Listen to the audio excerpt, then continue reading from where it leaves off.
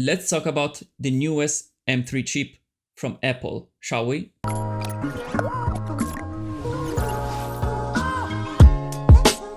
Hey, what's up? It's always me, Johnny, and welcome to my new video. Today, as I said in the intro, we are gonna talk about the newest M3 chip from Apple.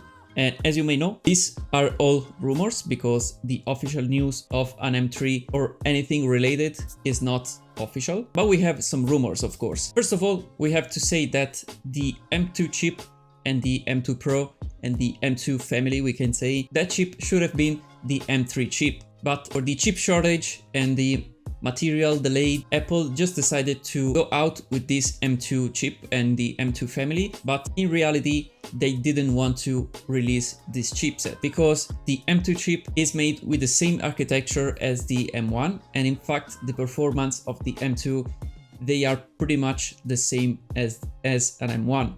So if you take an M1 Pro, for example, I have my MacBook Pro right here with the M1 Pro, and you compare it to the M2 Pro, they are pretty much the same.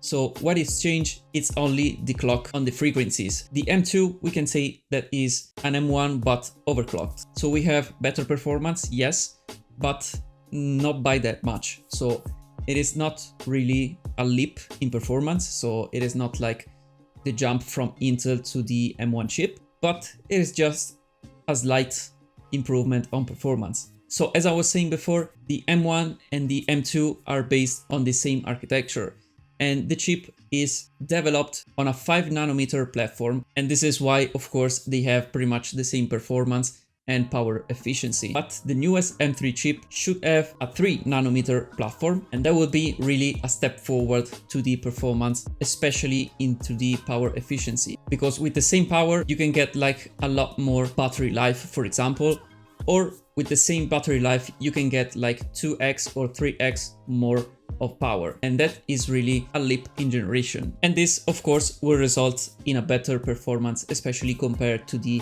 M2 Pro, for example, and not like the M2 Pro against the M1 Pro, because sometimes if you have seen some benchmark online, the M1 Pro is slightly better than the M2 Pro. And talking about performance, we should have, yes, more performance in the CPU, but also we should have more performance in the GPU department, especially because now Apple, it is somewhat focusing on games. At least some games are running natively right now on the MacBook and on the Silicon chipset. So we should have a very good GPU power on the next M3, and especially we should have also some ray tracing enabled on the M3 chipset. Also, the newest chip for the next iPhone will be produced at 3nm, so the same one as the MacBook. They are the same chip in a way, but on the MacBook we can say it's more overclocked and it has more performance. And this next chip for the iPhone, it should be called the A17. Anyway, we could see a new version of the MacBook. I mean, it's not like a new version properly,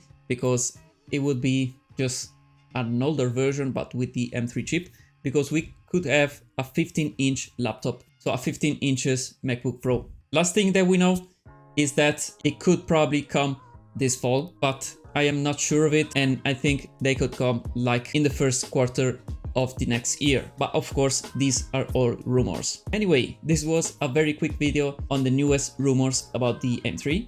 So if you did like this video, just hit a like down below. Subscribe to this channel if you haven't already, because you will be updated with every important news about the tech world.